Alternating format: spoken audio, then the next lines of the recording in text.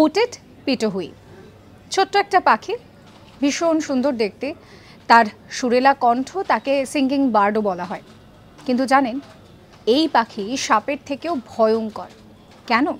তার কারণ হচ্ছে যে আমরা জানি সাপ বিষধর হয়, এই পাখিও কিন্তু বিষধর। এই পাখির পালক যদি আপনি কোনোভাবে স্পর্শ করেন তাহলে একেবারে যাকে বলে শরীর প্যারালাইসিস হয়ে যেতে পারে। পাপুয়া নিউগিনিতে পাওয়া যায় এই পাখি। এবার প্রশ্ন হচ্ছে যে এই পাখি কি সাপের মতন নিজের শরীরে বিষ তৈরি করে?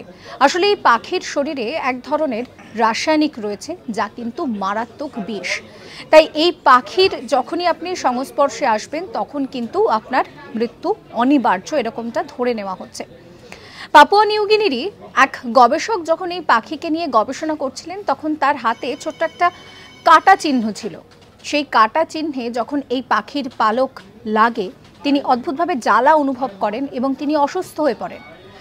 তাকে হাসপাতালে নিয়ে গেলে জানা যায় যে এই পাখির শরীরে রয়েছে এই ধরনের ভয়ঙ্কর বিষ। তাই সবসময় পাখি দেখতে মিষ্টি হলে সে যে মিষ্টি হবে তা নয়। সাবস্ক্রাইব করবেন আজ তাক বাংলার ইউটিউব চ্যানেলকে।